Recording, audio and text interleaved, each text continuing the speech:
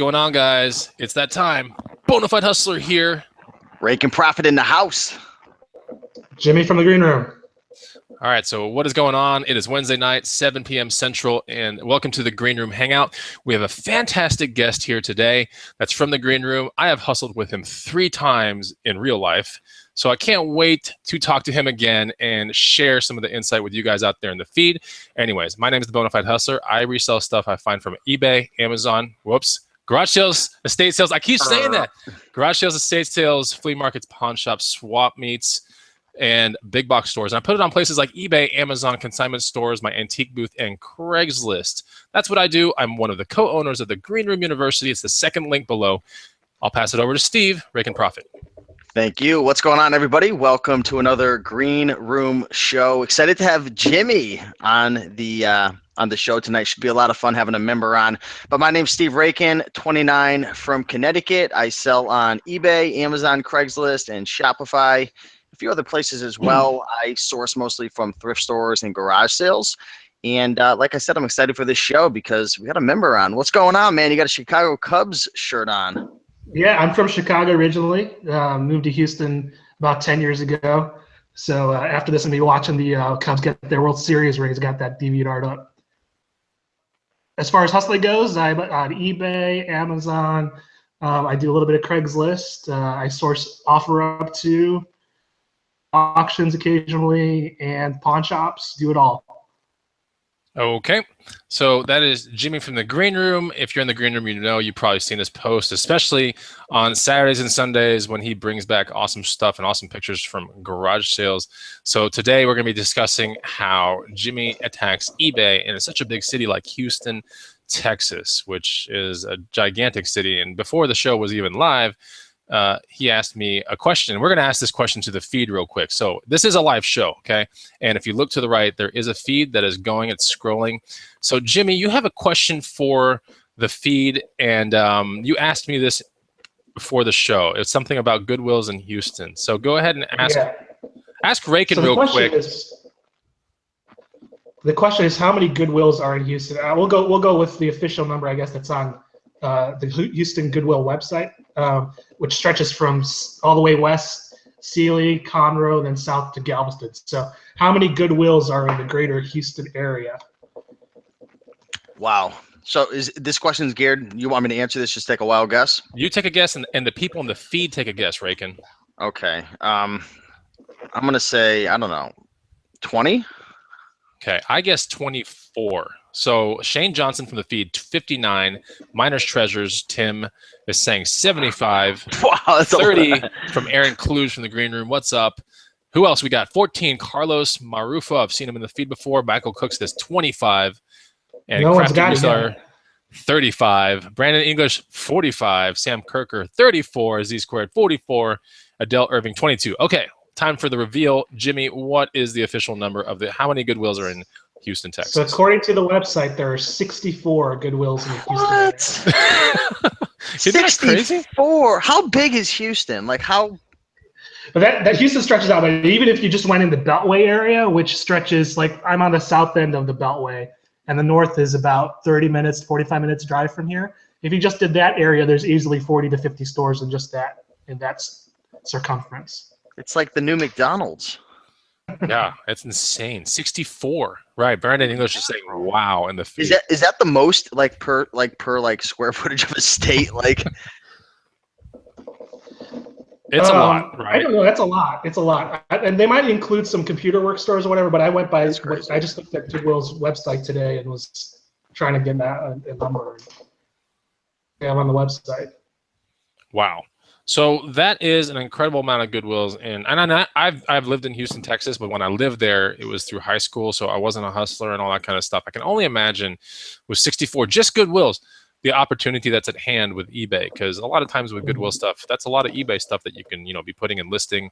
Do you have savers over there, Jimmy, in Houston as well? Village, I think there's 2 of them that I know of. I mean, quality-wise, they're not as good as the Austin ones, but we do have a couple in here. Okay. What about a St. Vincent or a Habitat for Humanity kind of thing?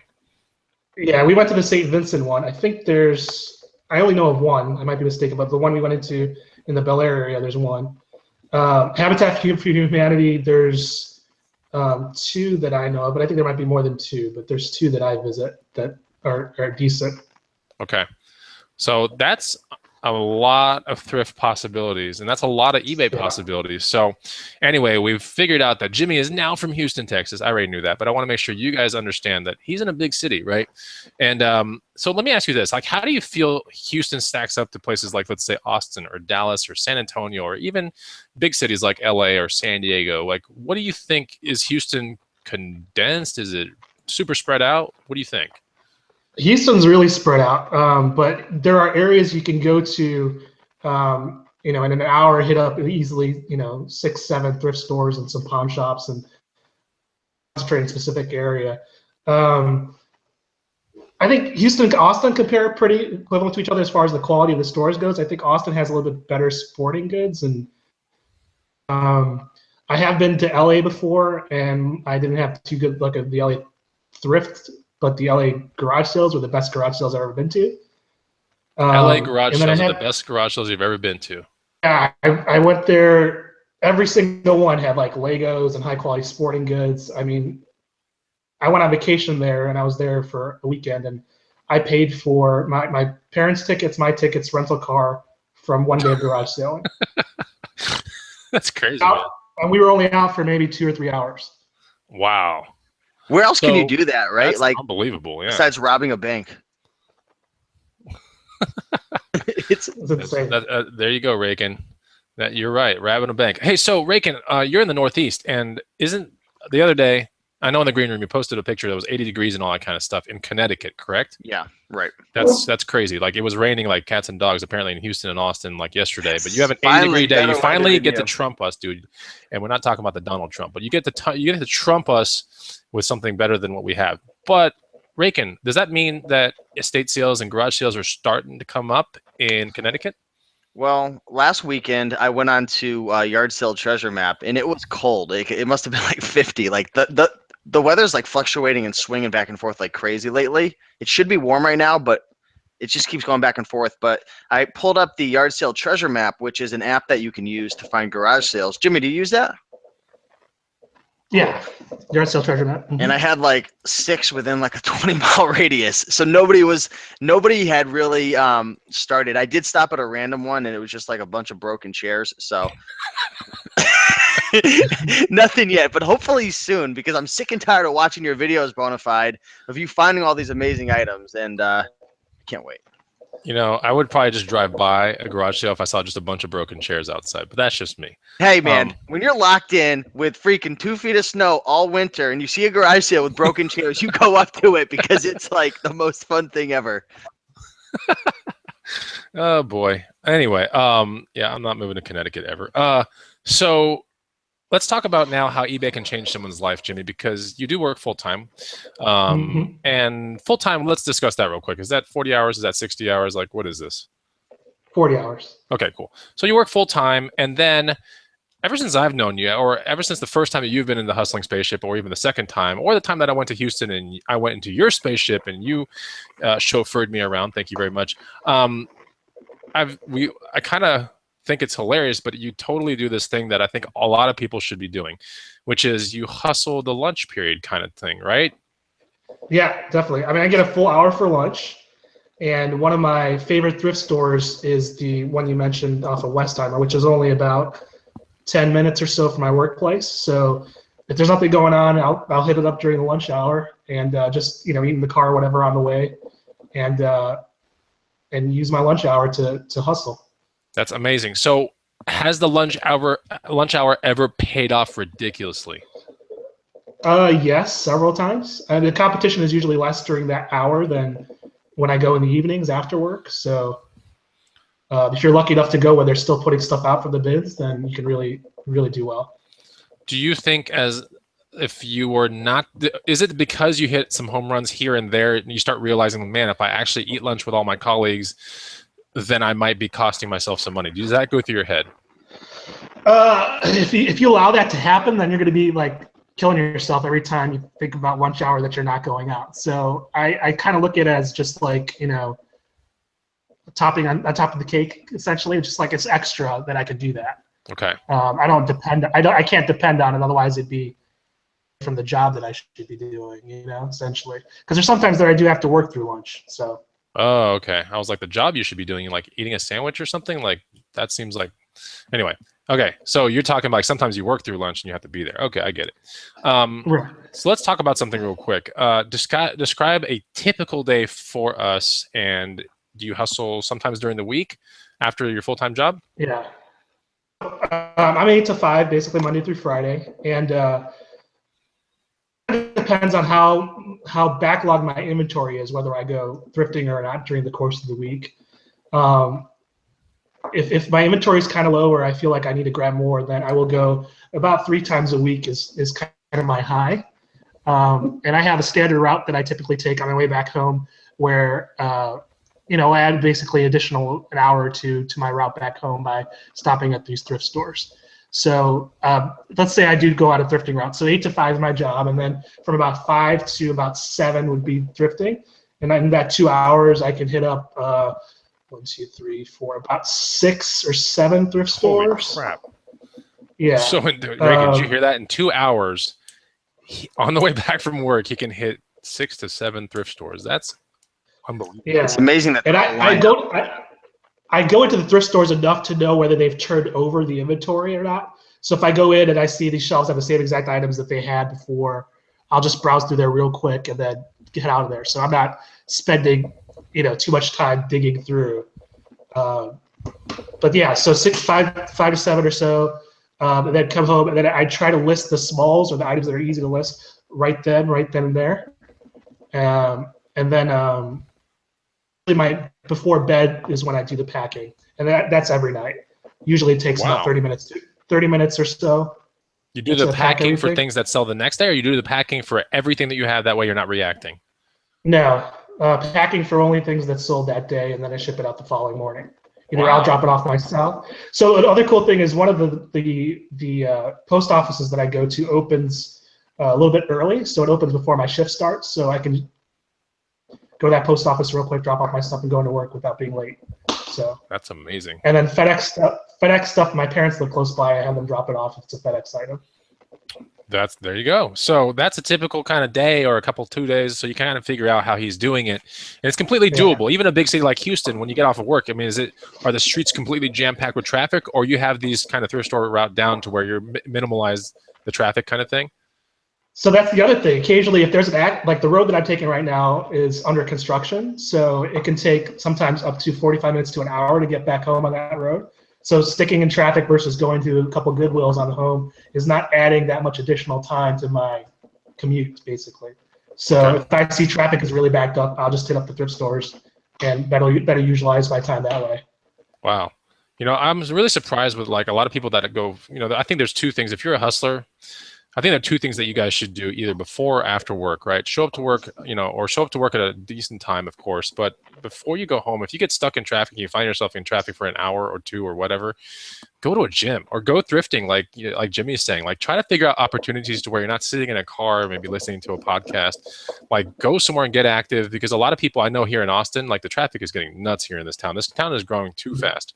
But I know a lot of people, the gyms get filled up from like 5 to 6:30 because a lot of people don't want to be on the roads. But it's a way to stay fit. It's a way to also be more productive.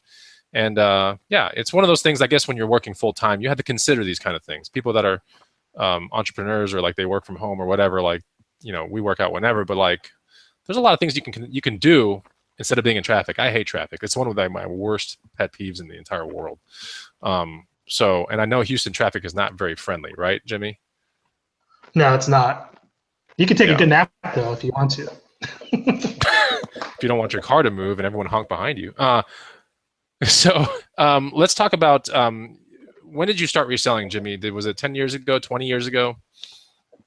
No, it's more like 5 or 6 years ago. Basically, what happened is my sister lives on the East Coast, and she's really into hitting thrift shops to find stuff that she can remake. What's the word I want to use? Upcycle. So she has a Value Village next to her house, and I went here into their Value Village, and I'd never been in a thrift store before. And one of the first things I saw was a Joseph A. Banks shirt which I had just bought for a wedding that I was going to like a month ago. I had paid something like $40 or so for the Joseph A. Bank shirt. So It was sitting there for bought something full price, but then you saw it as on a discount at a Goodwill it was store like or Value Village. $5, Okay. and Okay. first thought was like I paid way too much for this shirt. But then my second thought was, what if I bought this shirt and I sold it on eBay? Was my next thought. I did the really idiotic thing of buying a couple of Joseph A. Bank shirts and throwing it up on eBay, and then nobody bid on it. So I started looking into what clothing does sell. Googling all that, I found a guy's blog out of Hawaii that was selling similar to what Rakin was doing, selling clothing and shoes. And before Rakin's ebook, he had a little ebook. Someone beat you, Rakin. Someone That, beat you to the brands ebook we know. game.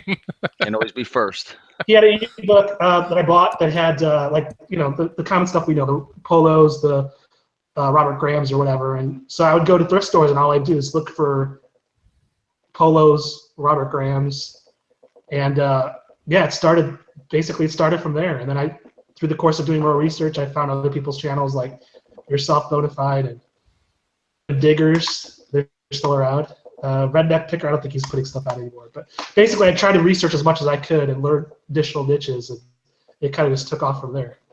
Now, you and I have met in real life 3 times over. How important is it in real life to actually hustle with other hustlers? It doesn't have to be me or Rakin, but like, let me ask you, do you learn a lot when you go hustling with other people? Well, definitely. I've hustled with you 3 times. I've hustled with people from the green room before. I mean, initially the thought is like, hey, they're your competition. But the reality is that, that competition is not going to be around you every time you go out thrifting, and you basically get to see how they look at things, and you can implement that into your hustling and kind of get an eye for things that you weren't looking at initially, or systems and processes that you weren't implementing.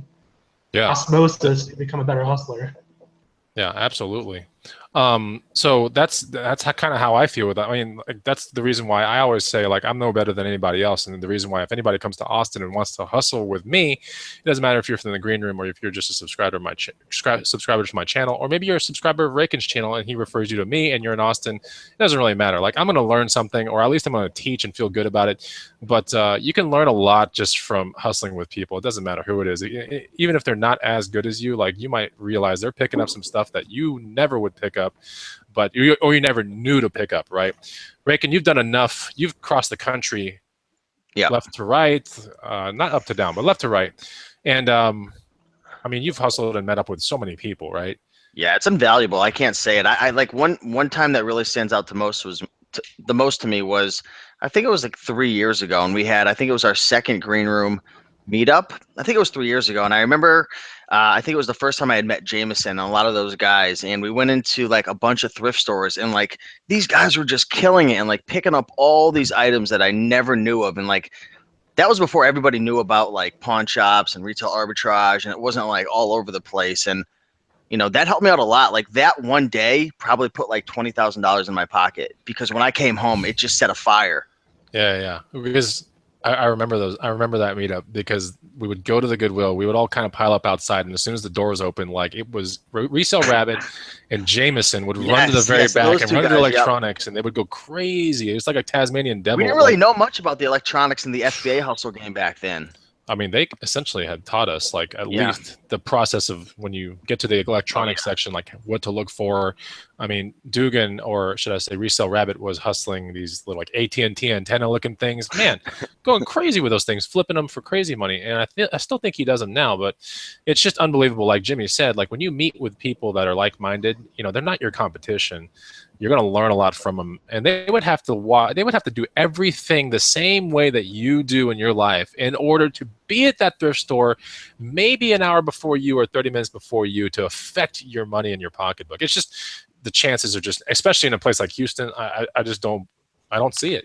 I just don't see it. But anyway, Jimmy, let's talk about now Houston being a really large city. In regards to eBay, what are all the ways to obtain inventory for eBay that you've done in Houston, Texas? So we talked about the thrift stores. The garage sales here are year-round pretty much. I mean, in the December, February months, it slows down a little bit, but The garage sales are here. We have a lot of pawn shops. I didn't look up the number of pawn shops, but I'm really willing to bet we're kind of on the high end compared to other cities too, There's as far as probably like like pawn shops. 300 or something. It's Only unbelievable. 300. Yeah. It's unbelievable. Well, I remember when we went, when Chris was down here, there was one corner we went to in Bel Air that had like 4, basically one on each corner. I don't even have 4 within like 20 miles. Yeah, there's a bunch of them. I mean, some are better than others, but yeah. So pawn shops. We have quite a few flea markets here too, that can be good. Then the auctions I've hit occasionally. I know there's some guys in the green room that do that more than I do. What am I missing? OfferUp and Craigslist, obviously. Right. Yeah, you are a garage sale animal. We'll get to that here in a second. But yeah, so Houston's a big city, and even in a small city, you can get amazing opportunities for eBay. But in a really large city, sometimes it's overwhelming. But you know, if you have your routes down, or you know how to really use Yard Sale Treasure Map to your advantage, and if you just know about neighborhoods, right, Jimmy? So like, when you're dealing with garage sales and Yard Sale Treasure Map in Houston with like what, hundreds, if not thousands of neighborhoods, I mean, it takes experience to know where the good neighborhoods are, right? It does, but there's some cheats you can use. So first thing you do is like, I look up community sales, and you pop it into your Google Maps to try to do your route. And usually on Google Maps right away, I'll tell you if there's a golf course in the area. Golf course plus community sale in Houston usually equals money. Okay. So that's one thing you can do. Another thing that I've done is you can pop in an address that you get from Yard Sale Treasure Map or Craigslist, and you can use a website like Zillow to get an idea of what the house value looks like in that neighborhood. If you're Man, not you are going experienced straight with CSI on these garage sales, dude. it. Oh If my you don't know gosh. the area, that's something that you could do to get an idea, because sometimes you can't tell based on the general area. Because if you're in a place like Bel Air, for example, there's houses in Bel Air that are over $1 million, and there's some that are, Yeah, you're right. well below, 200,000 below. So let me ask you this. Are you in front of like 8 screens and you're doing like the whole Minority Report thing with your hands and like swiping the garage sales off here, and you're like putting this one on your list? Dude, you're really using like psychology and some funny stuff in there, man. You got to use whatever edge you can, because unless you got pictures, you can't see what the stuff's going to be until you get there. So the more information you have on the house, the better. Man, you're like one step away from knocking on the person's door, being like, "Hey, when did you buy buy this house? Buying out the entire garage sale." Gosh, man, that's cool though that you look that deep into it. That gives you a good edge, and so you could confidently say that this could be an edge that anybody can implement, maybe in a town. But this is how you kind of do it, right? Yep. That's awesome, man. Do you ever color code your balloons on Yard Sale Treasure Map ever? I do, but I do a little differently than what you do. I try to color code based on my level of intuition and hunches, right? So Yeah, I'll start plotting stuff out like that, regardless of the area. Then I'll try to get an idea of where the greed is essentially what I use to point out the ones that I think are going to be home runs. Okay. And then cool. the more greed I see in an area, that's the area that I'll go to. Okay. So Reagan's nodding his head. Ray, can you ever get that hunch inside, like whenever there's no snow in Connecticut, which might be maybe 5 days out of the year, but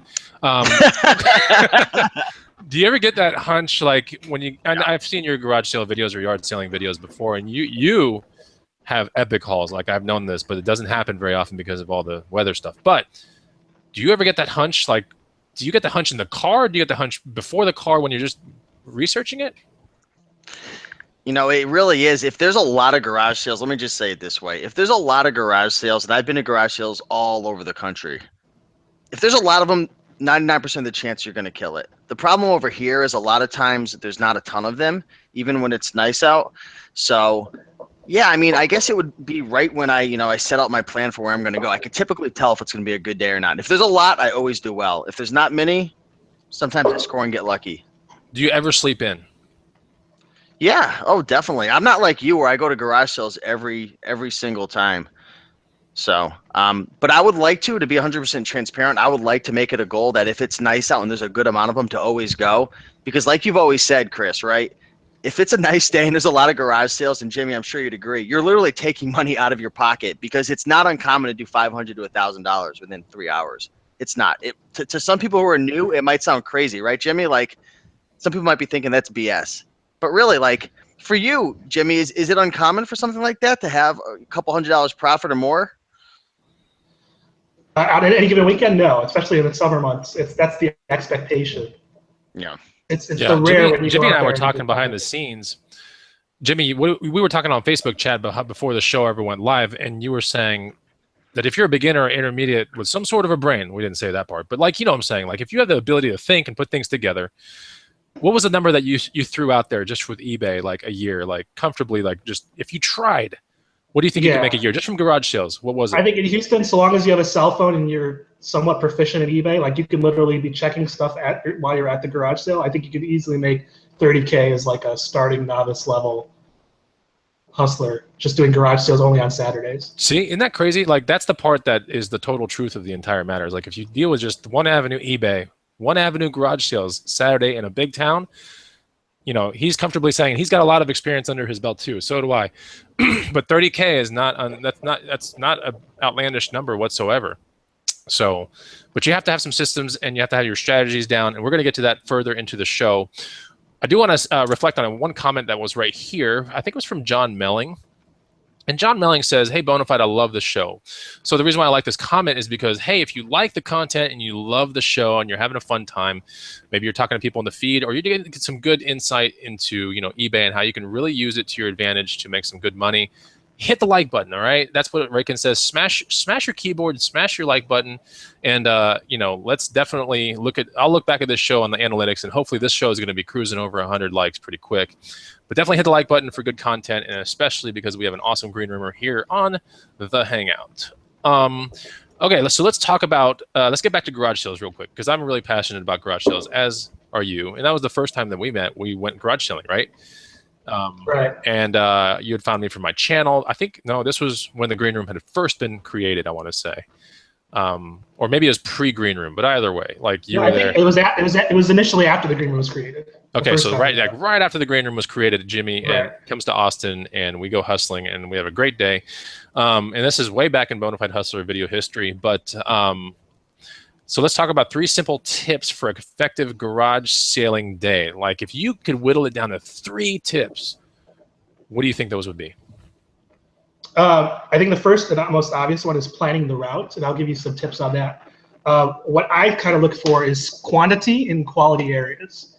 So in Houston, the best overall quantity is always going to be in church sales, typically. And it's not uncommon for church sales in Houston. The larger mega churches have close to 150 or 200 people when the doors open at these garage sales. What? And they're still really? So that gives you an idea how good these garage sales can be.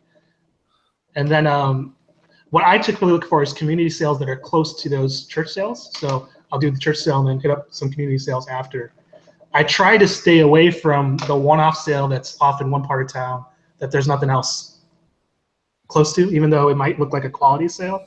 Because again, you're trying to hit up as many sales as you can within that golden hour that you always talk about. Yep.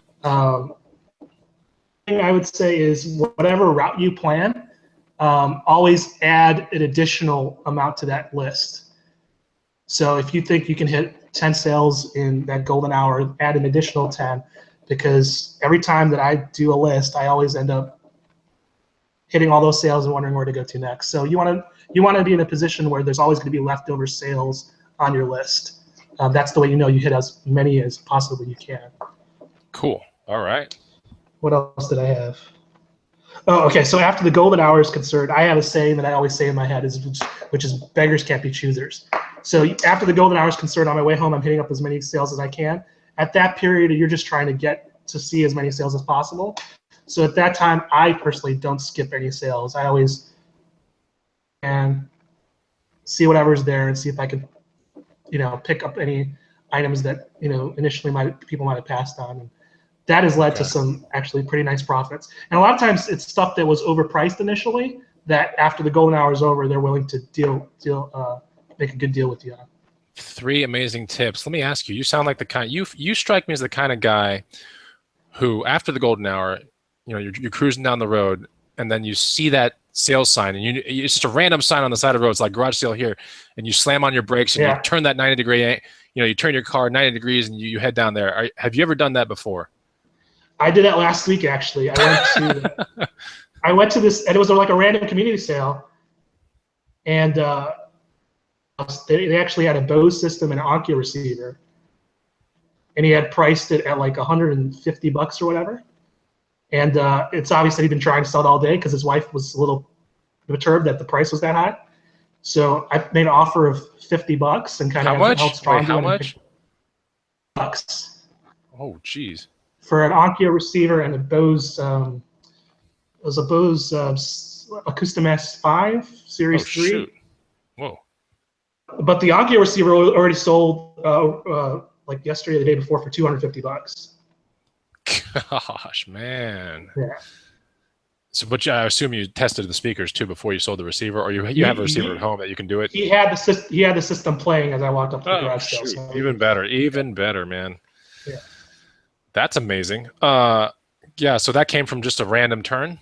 You're saying at a community sale. That's awesome, man. Yeah, it was like 11 or somewhere around there. So this is super outside of golden hour then, and you're scoring these big things. Awesome, man. Yeah. That is cool. So so that we talked about those simple tips for effective garage selling. In regards to eBay and thrift stores, let's say you're not working, right? How important is it to have a route when you're not working, you're not going home and you're going through those same 6 or 7 thrift stores, but how important is it to have a route and listen to your hunches or to feel hunches? Because everyone has those gold mine type thrift stores that they love, right? Yeah, when you're part-time, but I mean, this applies to full-time people as well. Your time is like one of your most valuable, if not the most valuable asset you have. So hitting up as many thrift stores as you can, your route is imperative because you're only getting that little amount of time to hit stuff up. So yeah, I definitely try to hit like at least 2 or 3 sales or thrift stores when I'm in a specific area on my route. So. Okay. Murray Zuckerman's got a question live here in the feed saying, Jimmy, what is your vehicle for yard sales? I have a Honda CRV, which bad mileage, plenty of space. Yeah, plenty of space in that thing. I've been in it before. Have you ever like filled that thing up to the brim and just like had to come back? Yes. Oh, no, I haven't had to come back, but I filled it to the brim before. Okay, cool. Rakin, you have that white car. What is it? A Elantra or something like that? It's a Honda Sonata. Sonata. You ever fill that thing to the brim? Oh yeah, all the time. Oh, that's right. You're the person who would just like throw bikes in there and like not even protect your seats, right? Is that you? Yeah, man. I made some mistakes that I wish that I didn't do. But you want to know what? Those bikes, man. You saw those bikes, man. They paid for it. They paid for the damage. Good bikes. They pay for the black seats in the back. Somebody called me soccer mom in the feed.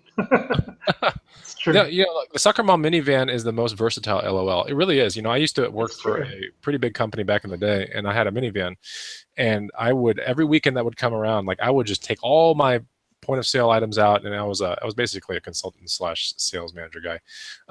But I would take all that stuff out, and I would flatten the seats all the way down to the ground to where you could probably fit another car inside that thing.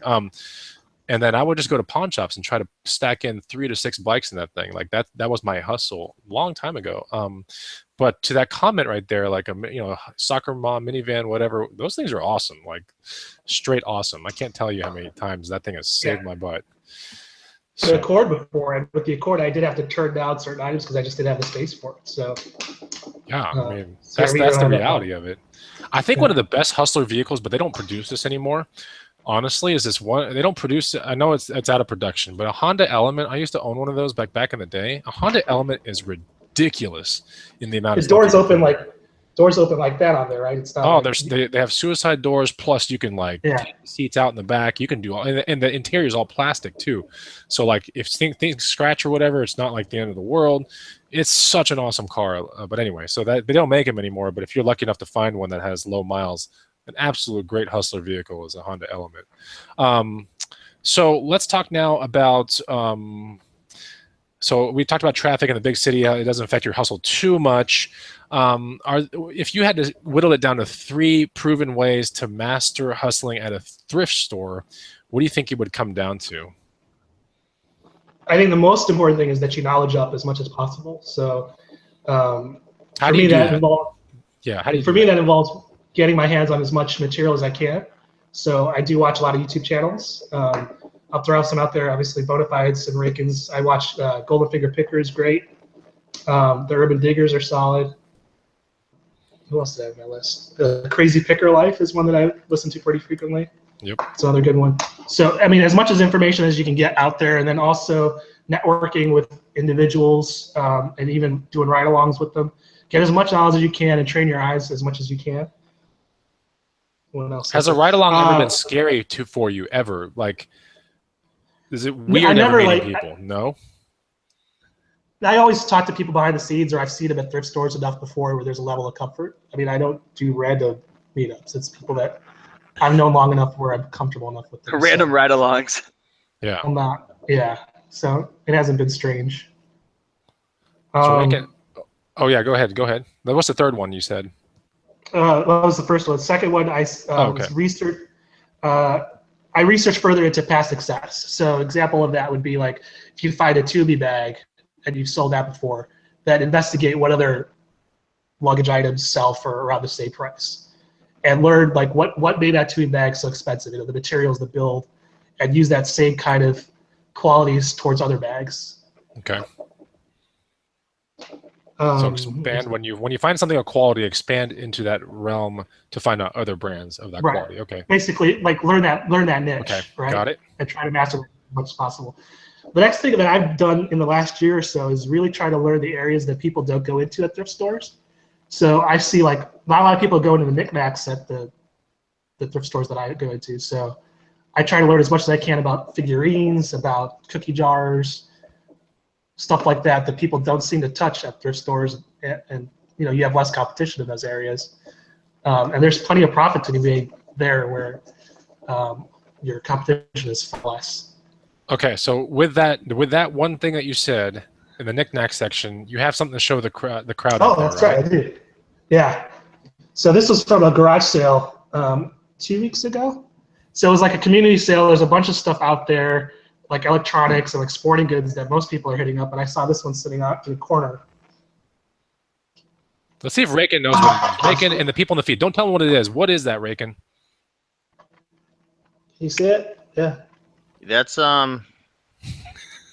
Pluto. No, like what? We know what it is. Like, what is it? That's a cookie jar. It looks like. Okay. Oh, So this is a Disney cookie jar. I got it for $3.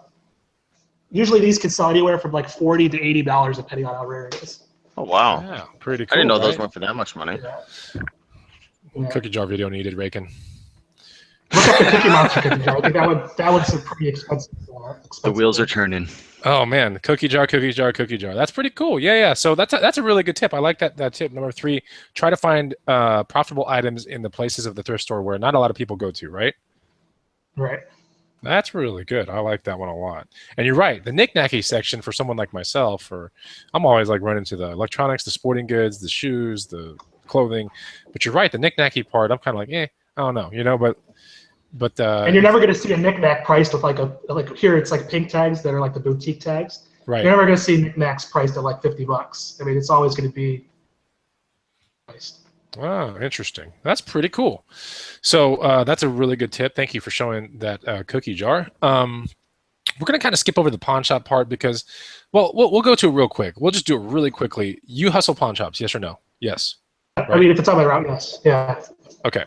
So how would a person that is good at garage sales and really good at thrift stores make their way into even hustling a pawn shop? Because a lot of people are really, kind of scared of pawn shops. But like, what made you go into pawn shops, and are they as tough as everyone says? I think I went because actually you showed me the first pawn shop I've been to, which is that I think when we went in Austin, we went to one.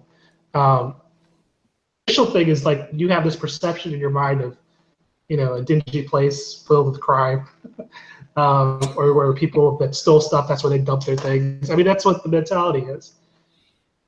Kind of overcoming that. So if you just step into a pawn shop without any intention to buy, just kind of get a feel for what it's like, I think that will help a lot of people. But what I've come to learn is to be made in pawn shops, definitely. I mean, they have stuff that's been sitting there for a long time that they're looking to dump. So, I mean, in the pawn shops that I go into, I typically look for that one random shelf that's like off in the corner that's got just random electronics and junk on there that obviously they're not and that seems to be where the profit is. Or they've got it sitting in random totes. So that's what I typically have looked to hit up and work with. So it's definitely not daunting, and in my opinion, the quality is much higher in a pawn shop almost every time. Like you're going to be surrounded by a lot of quality items, right? Yeah, typically. I mean, you have to be careful. Sometimes they don't have all the accessories, so you don't know if it's going to fully work or not. But you can't be afraid to walk away from a deal if it doesn't feel right. So that's true. So yeah, and then pawn shops are up against all kinds of like quotas and daily quotas, weekly quotas. So they want your money, but they also are a pretty knowledgeable place that does research before they put things out on the glass shelves or whatever. So they kind of know what they kind of want out of it. But the problem is the inflow and outflow of people isn't enough sometimes to bring them that amount. So you have to talk them down, or they find themselves going half off. You can say, hey, will you roll the tax in? You can do all kinds of crazy negotiation with pawn shops. But they're not really scary at all, and a lot of them are just, they're manned by everyday people like you and other person beside you. Like they're just normal people in there that have just been trained to negotiate. That's pretty much it. But I find is if you know the person at the pawn shop and you get to really build a relationship and joke around with them, then they start to really like you a lot, and they start to invite you in the back room. Sometimes sometimes they'll call you up for appraisals. I've got that before, on remote control car kind of stuff, and I thought that was kind of interesting at that point. So you help them with inventory, and then sometimes they want something from you. So I remember on a green room not a hangout, but something. I remember Reagan was there with his camera, and we had a bunch of people in this pawn shop, and then next thing you know, I'm behind the counter fixing a bicycle for him. I remember that. It fell over. The bike fell over. Well, it was just wrong. I was like, it's not going to sell in the way that they had. They didn't do something right. And I needed a 5mm wrench. And I was like, give me a 5mm. Let me help you guys out real quick. And it was like sub 1 minute, right? And I had the thing back to normal. And they were like, oh, man, thanks a lot. But I was like, in the condition that you had it in, it's just not going to sell. Someone's going to think it's broken or messed up. So, but you have to do things for pawn shops, and they will do things for you.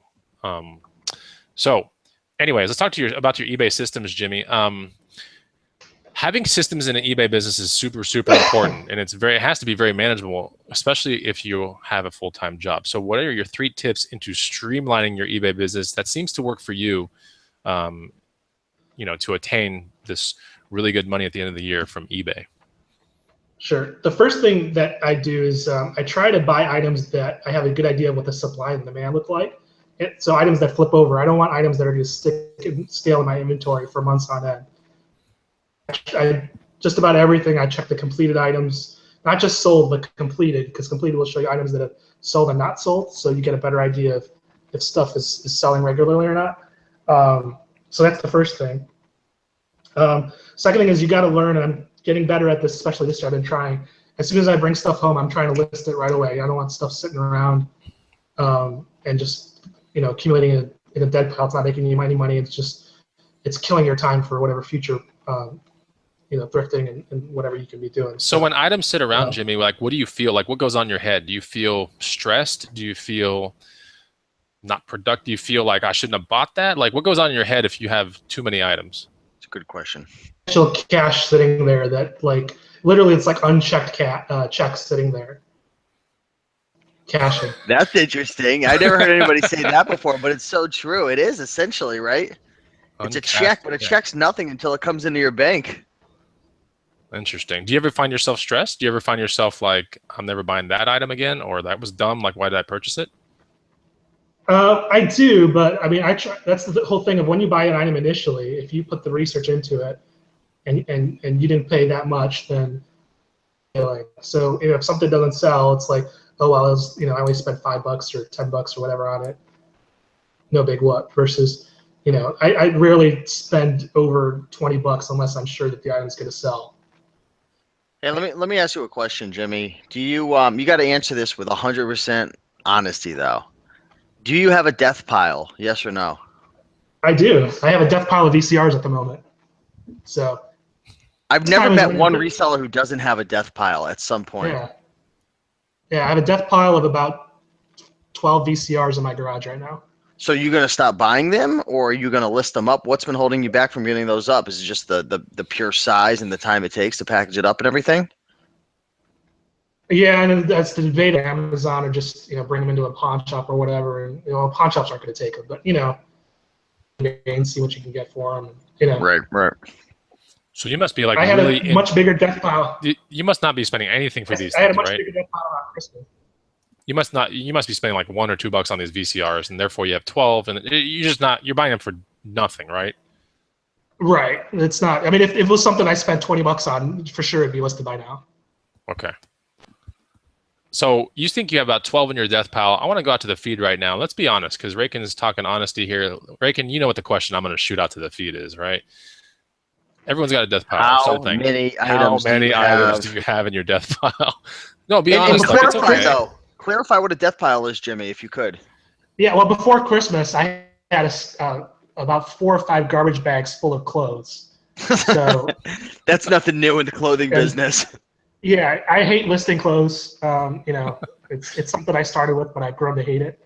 But what I did with that death pile was I picked up the items that I knew would sell for about $40 or more. So like the Robert Grant shirts came out, and some of the North Face stuff came out. But everything else I just donated or gave away to people just to get rid of it. Yeah, death piles are items that you have that you purchased with the intention to sell that, you know, found its way to the back of a closet or somewhere in your garage that you never listed and growing. Yeah, I love that term death pile, and I got to say that we didn't come up with it, but Nicole State. Shout out to Nicole State. That's where I heard that term for really the first time. So that is an awesome term. Hey, it's not who coined it; it's who trademarked it, and we beat her. No, I'm just kidding. No, we did not trademark.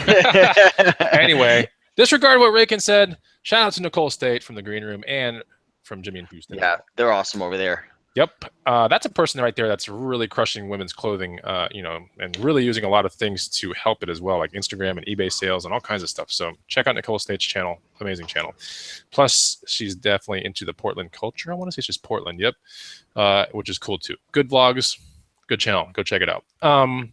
So now let's go to number 15 on this question, because you have a secret kind of haul that you're going to show here on the Green Room Hangout, which is cool. So let's kind of blaze through this question here.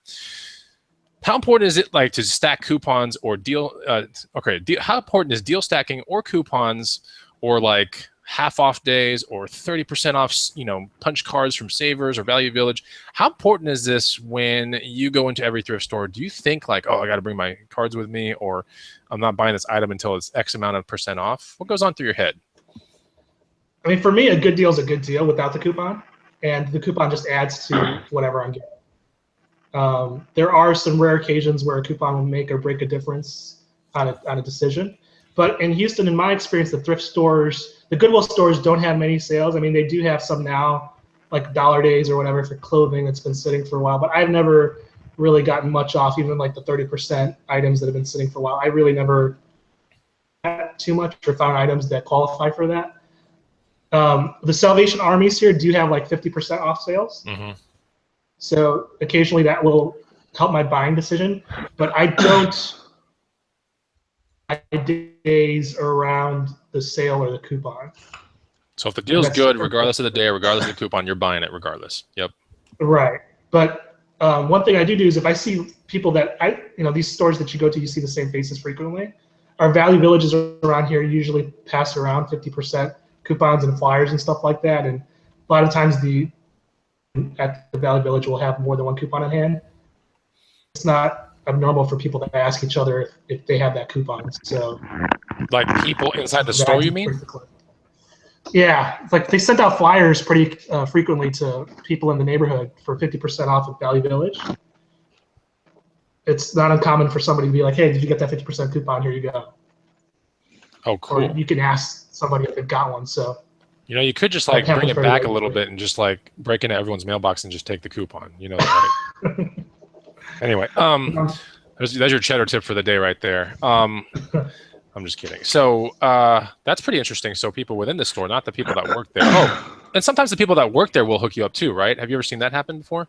Yeah, I've got hookups at some stores before. From you're in there regular enough, they usually hook you up. Yeah, like there's Jimmy, and he comes in and out within 4 minutes. There he is, and there he goes. You ever done a same, in the corporate life when you do consulting or whatever? Sometimes we have these calls. We call them same song calls, where you go into an account and then you're back into the car and the same song is still playing on the radio. So you're going in super fast. But anyway, so like maybe you have same song hustles or same song kind of like thrift store. I've definitely had them before. Go to some thrift stores and their inventory is so stale, and you're like, you're never gonna find anything. And then you go in there and it's just like, holy crap, they changed the whole store over, and there's stuff all over the place. I've seen that before happen. There are definitely some good Goodwills in Austin that do that on it seems like multi-hour basis. Like you can go multiple times in a day and stuff is changing. So that's what's cool. I know someone in town that actually just stays by the bins. Like they just wait till the little flappy doors open and the new little bins come to like next to the book section, and she stays there for like hours on end and she's just picking these bins. And we're not talking about the bins that are like with weight or anything like that. We're talking about bins that go into a fresh Goodwill with, tags, and there's prices already on the items. A lot of people do that. It's insane, man. I was sat there and I'm like, dang, man, like there she is again, and there she is again, same Goodwill. And I mean, if you've got time, it's profitable, but I just, I don't want to sit there for 6 hours, but people do it. They do. Yeah. It's profitable. I know she's getting good stuff. I know for a fact. I've seen her carts before, and I'm like, holy crap. So let me ask you, Chris. Since she's standing there, obviously she's like really serious. Like when that thing comes out, is she attacking it and throwing everything in her cart? Like, do you have a chance against this woman, or is she just like, she'll just throw Jimmy out of the way? And well, she knows who I am, and so that's cool. And I've always been like, hey, if you ever want to be on a show or whatever, it'd be cool. Because she's a female, right? That's cool. We don't have any females on the show. It'd be kind of nice to have a female. And I see her all the time. So, like, you have to build really good rapport with resellers in your town, or else you're going to grow to hate each other. I agree. So, and that's not fun. So, I know there's a couple resellers that I absolutely do not like in this town. But they just do really, really weird things that I just don't agree with. Like they park their cars in weird ways that like obstructs like half of the street, and I'm like, that's not right. I was just gonna ask. Do that. That is my number one. That's the number one pet peeve is when I go to a garage sale and I take my time finding a spot that's out of the way, and as I'm walking up, somebody just like parks right in front of the driveway, and there's like a fire hydrant right there, and they park in front of it too. Yeah, like I don't get it, man. And I know I'm just like, dude, it's that guy again. Like, why is he doing these kind of things? Anyway, so what about the resellers who come up when you're looking at a bike, Chris, and take it from under your nose? Oh, you jerk. That picture that we have of you that we posted in the green room was hilarious. Yeah, I wasn't feeling that great that day either. Yeah, to be fair, Chris was under the weather, and the bike did have issues, so it wasn't that big of a deal. But this guy, there's a lot of stuff that goes on through my head while I'm making a decision on a bike, and one of those things is if I just find a flaw, like a lock is on the bike, which is a really huge flaw, then I kind of try to play that against the person there, right? I want to get that off as a discount from the price. Does that make sense? But this dude just came out of nowhere. Yeah, he came up from behind me and he was like, how much for the bike? And the lady was like, well, he's making a decision on it. And I was the one making the decision. And he was like, the bike is $50. And he goes, here's 60. And she's like, she looks at me, she goes, I got to sell it. I was like, oh my God.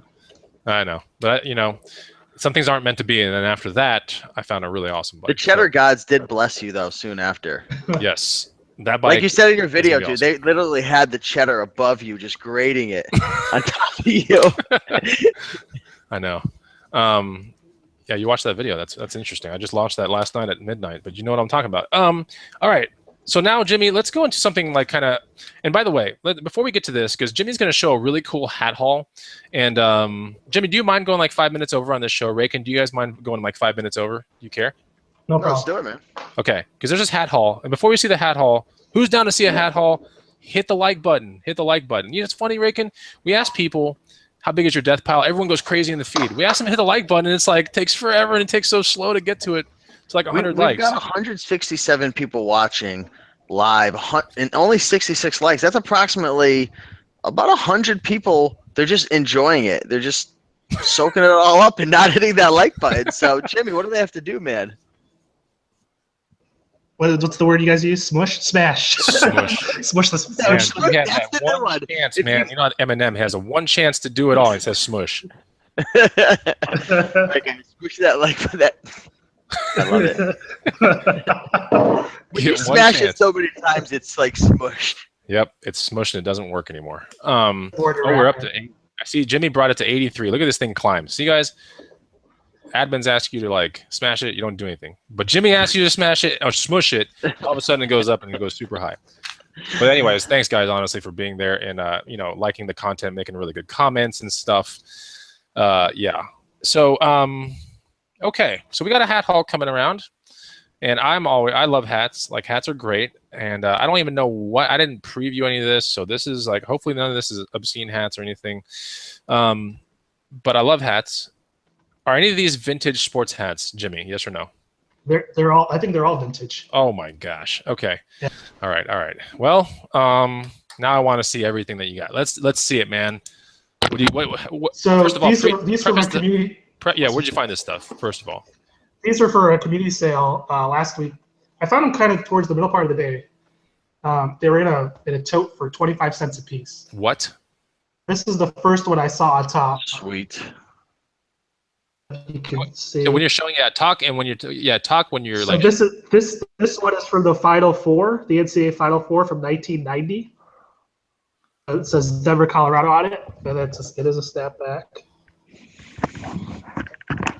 What I typically look for is a brand in there that is like this. Sports Specialties. oh man, that's good. That's a good brand to look for. So here's some other ones that were in there. Here's a Houston specific one, Houston Rockets. Oh, Beautiful. Houston Rockets. That's good for 25 cents, man. Like I could move that kind of stuff all day. Yeah, Zine. Yeah, I haven't got to the good ones yet. Yep, 25 cents a piece. He hasn't got to the good ones. Oh, okay, cool. Those are pretty decent already to me. I like them. I could move those. That one was Logan 7. Here, let me pull out some of the good ones. So this is one that's tags. Oh yeah. Wait. Start talking and talk and show that hat. I've got it locked down. It'll. Tampa Bay Buccaneers script.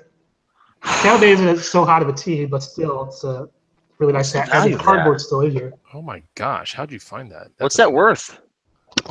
I don't know. Buccaneers aren't so hot of a team. I mean, since it's new with the tags, hopefully around 50, but I don't think it'll sell for less than 25.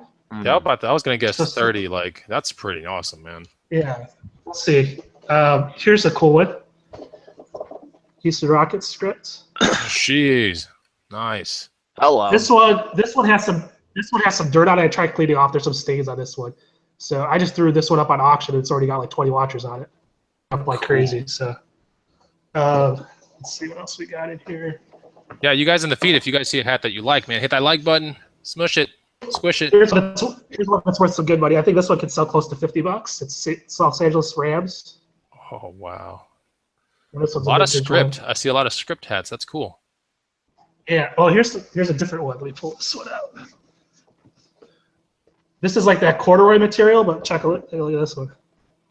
Oh man, that is classy. There's a Michigan State from 1988. It's like a corduroy. Jeez. Yeah. There's a Colts one. This guy was a collector. Where'd you get all these again? Broncos. This is at one garage sale. How much you pay garage each? Sale, 25 cents a piece, he said. Oh yeah, I remember. Here's a cool one. Dude, that's like the hall of all the halls. Hornets. Oh, that's super sick. What was your reaction, man, when you walk up and you see all these things? This one's a real sweat. I saw the first one. I was like, holy crap! I might have to buy this whole tote. But there's a couple of those that were way too dirty. Oh my gosh! Now here's my favorite one of the whole bunch. Houston Oilers. Oh, cool. This team no longer Houston that moved to where are they now? Baltimore? I don't even know. Or Tennessee. I'm sorry, Tennessee. They moved to Tennessee. Yeah, you're right. And then the Texans replaced them. But Oilers have a huge following still in Houston. So. Dang, man. That is. Yeah, and there's still. I'm not going through that, but there's still another on the table here. I gotta say, my favorite one out of all those is the Charlotte Hornets corduroy. That one's super cool, man. Yeah, I don't think. But when I was looking at it, I don't think that one sells. But this was the one. This one I have up for $50 right now. There's a bunch of watchers on it. So nice. This one, I think this one and the Oilers one would probably be the highest profitable. So it was like 25 cents each. What'd you pay in total for the whole thing? I'm sorry if you're already so 25 cents times about 20 hats. So what does that come out to? About $4? $5. Is that right? Are you serious? That is just insane. No, $5. Yeah, and this one hat sell for 50. So you overpaid, man. Yeah. Sure, he did. See, would have been a jerk to like negotiate even further down and be like, oh, would you take 10 for that? Then the next guy comes up, here's 20. Crap. Oh my, yeah, dude, that would suck. and he's riding the bike that he sniped from Chris. And the lock is gone and everything's all perfect. Okay, so there are a couple questions that we never got to on this outline, but we're getting to the very end of the show. Before we say goodbye to Jimmy, I gotta say it was a fantastic show. I love hustling with Jimmy. I think he's gonna be down in Austin sometime in the next month or two. So look forward to seeing him on a ride-along video. Let's talk about housekeeping real quick. And we got to 101 likes, so that is awesome. Shane Johnson in the feed is saying that's like $300 in profit plus for the hats so far that I've seen. Crazy. So he's talking about that right there. Yep. That's pretty sweet. Henry S. says, you should see my hats. You know, hats are a big collectible type thing. You know, so people collect CDs, they collect DVDs and random stuff in steel boxes. And a lot of people that collect that vintage, you know, stuff, like College Picker's one of them. He's got a crazy amount of hats. He has a crazy amount of, what is that, satin jackets and everything. Oh, yeah. Crazy amounts of that stuff. I mean, he just picks it up. You got a good eye, Jimmy. Tip out there real quick, Chris? Yeah, go for it, man. Throw the tip out. I see some people asking about shipping for the hats. So you can get like 6x6 boxes from Walmart for pretty cheap. You can ship it through there. But eBay has that coupon deal where you can get like free packing supplies from eBay. Yeah. For those 6x6 boxes or 6x6x8 boxes, and they're perfect for hats, and use that coupon and essentially get those boxes for free from eBay. So. Do you ever put them in a poly bag, or do you put bubble wrap around them? How do you do that stuff? I poly bag them and throw them in the 6x6 box. Okay, cool. Is it 6x6x8 or 6x6x6? 6x6x6, I think. Usually you can fold them up and fit them in there. Right, and he was talking about a coupon that should be $50 if you have an eBay store. Every quarter you get a $50 coupon that's a one-time use only. And it just came out. The expiration was, it just came out like last week. I used mine. It's good for packing tape or those small boxes when I use them for. Oh yeah, it's good for a lot of things actually. But it's a one-time use thing. You can't combine it with anything else. Like it has to be used once. So all right, so amazing show so far. Rakin, we have some housekeeping. What is up, man? Sure. So obviously, you know, hit the like button if you guys enjoyed it. You know, we like bringing new guests on and new fresh content and different people, because each person has their own story and their own tips. So Jimmy, first of all, man, thanks for coming on. Appreciate it. If you guys have any suggestions for people that you want us to bring on for upcoming green room shows, you know, just send us a message. You can send us a message at support@greenroomuniversity.com or leave a comment. We're always listening to suggestions and ways to make these videos better. Also, be sure to get our free book in the comment section as well. In the description area, 100 Amazing Items to Resell. It's a really, really good book, and we have an updated version that's going to be coming out soon. So if you do download that, you'll be on our email list, and we'll send you the updated one as well. It's just a little prettier. If you guys are a Green Room member and you're watching, tickets are available for our Green Room event. That's greenroomuniversity.com/event. So be sure to check that out. We have some hotel deals, cheaper rates and everything for people who are coming. And I think that's about it. We'll have another show next week, next Wednesday on my channel. And we don't have a guest lined up just yet, but we have a couple people that we're talking to. So we'll have another great show for you guys. But yeah, it was fun having you guys on. Chris, you want to end the show? Yeah. So guys, thanks a lot for watching this Green Room Hangout. And of course, if you guys are in the Green Room, you know who Jimmy is. Hit him up. Tell him you did a good job or whatever you want to tell him. But look forward to his post on, you know, usually every weekend. He always shows the coolest stuff that he finds from his garage sales and things. And he always does some really cool updates. You updated something that you had like back in November. I remember you were like, oh, just sold for this. And I was like, wait a minute. I thought I saw that in November. And you go back to your post and you like updated it or something like that. But anyway, it's good to know, like when you list stuff like, you know, when it actually sells. So yeah. No, that's really good. But yeah, I've always wanted to get Jimmy on a show. I think he's got a fantastic eye. He's a really dedicated hustler, and he's fun to hang out with. So, anyways, thanks for being here on the show, Jimmy. And thanks for having me.